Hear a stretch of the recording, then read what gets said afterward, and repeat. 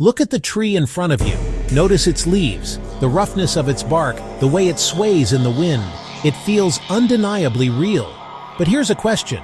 What if this sense of realness is not what it seems at all, but simply awareness reflecting on itself? For most of human history, we've assumed the world exists out there, independent of us. But some strands of science and philosophy question that assumption. They suggest something radical. Maybe reality isn't just sitting there waiting to be observed. Maybe we actually participate in creating it. Some scientists and philosophers even argue that consciousness, not matter, is the foundation of reality. Matter, in this view, is what consciousness looks like when it takes form. This isn't just mystical poetry. NASA physicist Thomas Campbell says reality is like a vast digital information system. Cognitive scientist Donald Hoffman argues that what we see, the colors, shapes, objects, are just an interface, like icons on your computer screen, not reality itself. And philosopher Bernardo Kastrup suggests that the physical world is simply the way a universal mind presents itself. Quantum physics seems to back this up. In the famous double-slit experiment, particles don't exist in definite states. They're clouds of probability until someone observes them.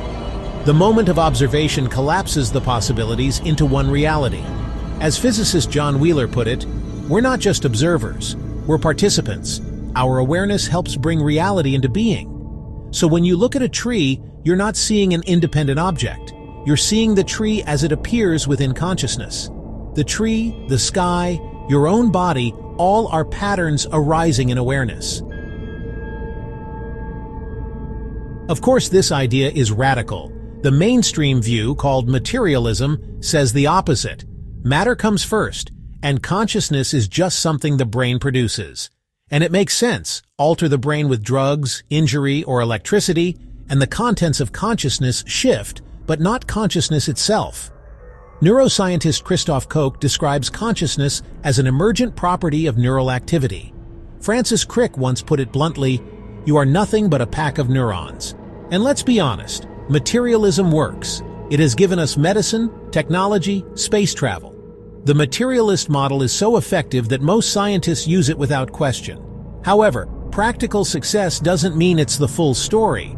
Newtonian physics worked for centuries, but at extreme scales we needed relativity and quantum mechanics.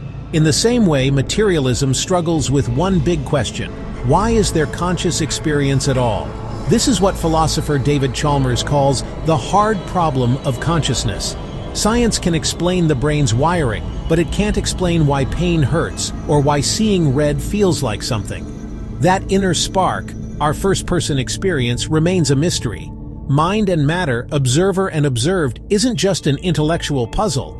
It's the heart of existence itself, and you are living it, right now. At this point you might wonder, so what is reality of the tree?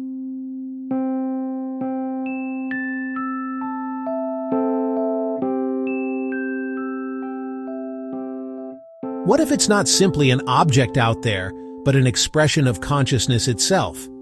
The theories are many, but one fact remains undeniable. Something is happening. You are not just a spectator in a cold, mechanical universe. You are an aperture through which the cosmos observes, questions, and experiences itself.